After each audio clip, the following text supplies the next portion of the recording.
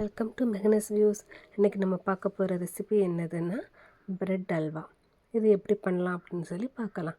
First இது பண்ணுறதுக்கு ஒரு 6 ஸ்லைஸ் பிரெட் எடுத்துருக்கோம். ஃபஸ்ட் இதோட ஓரத்தை ஃபுல்லாக கட் பண்ணி எடுத்துக்கணும்.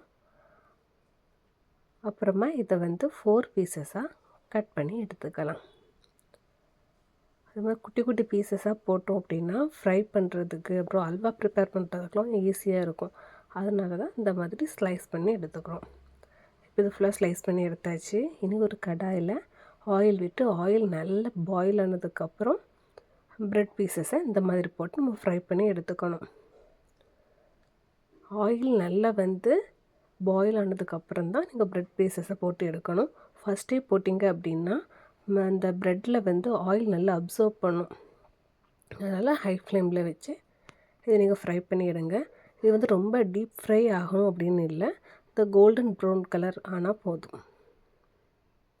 இதே மாதிரி இன்னும் பார்த்திங்களா எப்படி வந்திருக்கு அப்படின்னு சொல்லிட்டு இந்த மாதிரி எல்லா ப்ரெட் ஸ்லைசஸையும் போட்டு நம்ம ஃப்ரை பண்ணி எடுத்துக்கலாம்.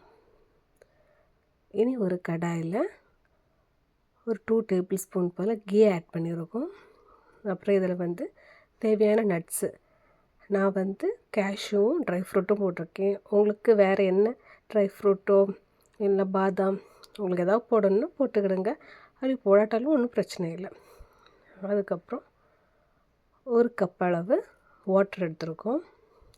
அப்புறம் ஒரு 3/4 கப் அளவு சுகர் ஆட் பண்ணி சுகர் சிரப் ரெடி பண்ண போகிறோம். அப்புறம் ஒரு 3 ஏலக்காவை சாப் பண்ணி போட்டிருக்கோம். இது பாகு பதமெல்லாம் பார்க்கணும் அப்படின்னு சொல்லி அவசியம் இல்லை.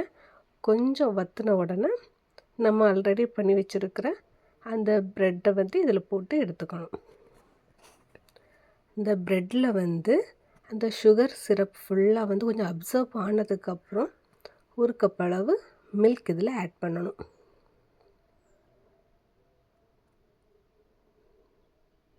இது நல்லா மிக்ஸ் பண்ணி கொஞ்சம் வற்றினதுக்கப்புறம் தேவையான அளவு கீ ஆட் பண்ணிவிடுங்க. நான் 2 டேபிள் ஸ்பூன் போல் கீ ஆட் பண்ணியிருக்கேன். ரொம்ப கீ ஆட் பண்ணால் கொஞ்சம் திகட்டுற மாதிரி இருக்கும். ஸோ அதை பார்த்து நீங்கள் ஆட் பண்ணிக்கிடுங்க. அதுக்கப்புறமா கொஞ்சமாக கண்டென்ஸ் மில்க் மேட் ஆட் பண்ணியிருக்கோம். இது ஏன் ஆட் பண்ணுறோம் அப்படின்னா கொஞ்சம் ரிச் டேஸ்ட் கொடுக்கும். அதனால தான். உங்கள்கிட்ட கண்டென்ஸ் மில்க் இல்லை அப்படின்னா இதை நீங்கள் ஸ்கிப் பண்ணிவிடுங்க.